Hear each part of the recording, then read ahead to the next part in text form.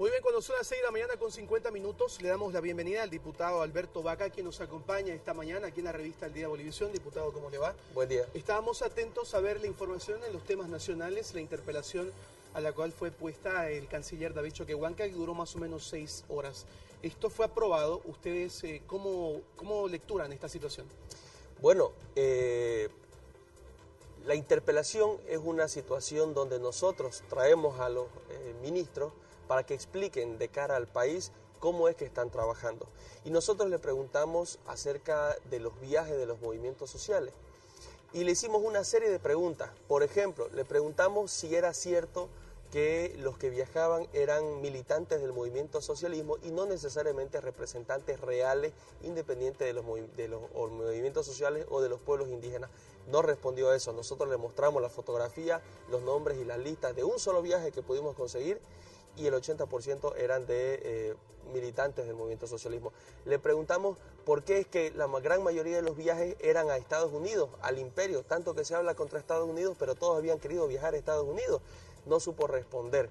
De ahí le preguntamos al canciller por qué es que había una doble moral en la famosa diplomacia de los pueblos. Se dice una cosa a nivel internacional, por ejemplo, defender la madre tierra se logró, puso el canciller como gran logro el que Bolivia propuso el Día Internacional de la Madre Tierra. Sin embargo, en Bolivia se están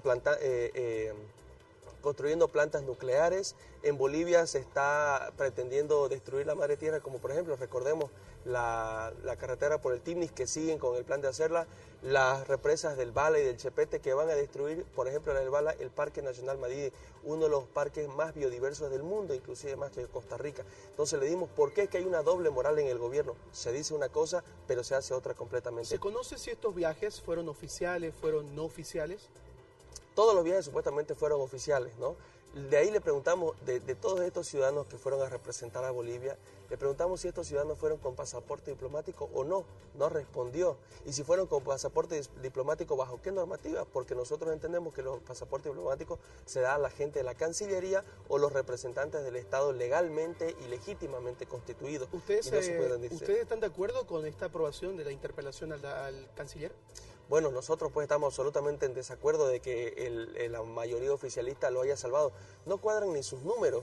Yo le cuento, por ejemplo, el 2015 el canciller pone aproximadamente 270.000 bolivianos de viáticos y en un solo viaje habían 290.000 descargados. Y los otros 4 viajes con los que fueron a Estados Unidos le preguntamos, canciller, ¿de dónde salió la plata?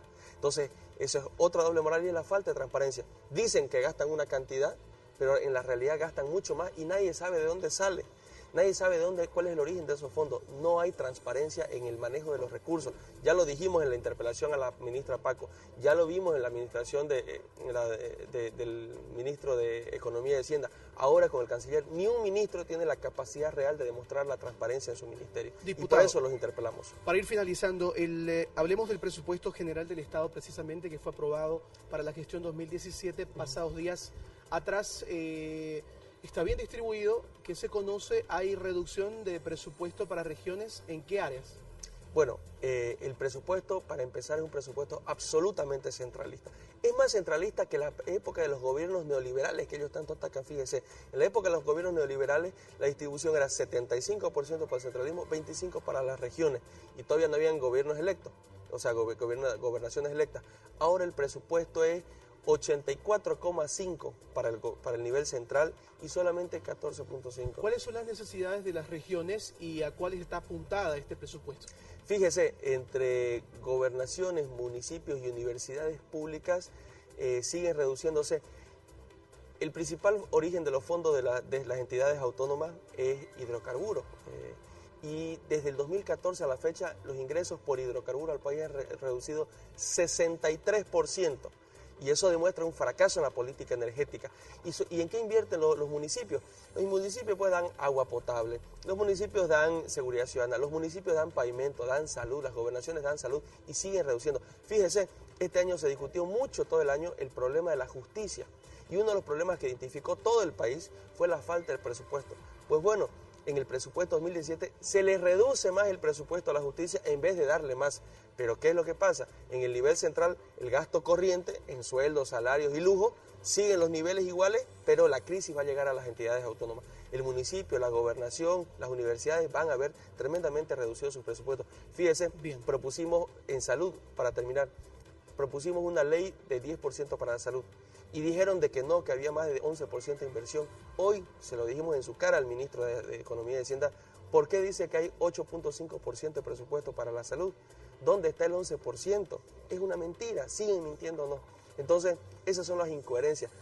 De educación 5%, no hay inversión en desarrollo humano, todo se va al nivel central. Bien, las palabras del diputado Alberto Vaca precisamente hablando sobre este tema importante, a quien agradecemos su presencia y le deseamos éxito en esta semana. Muchísimas Gracias, diputado. Seguimos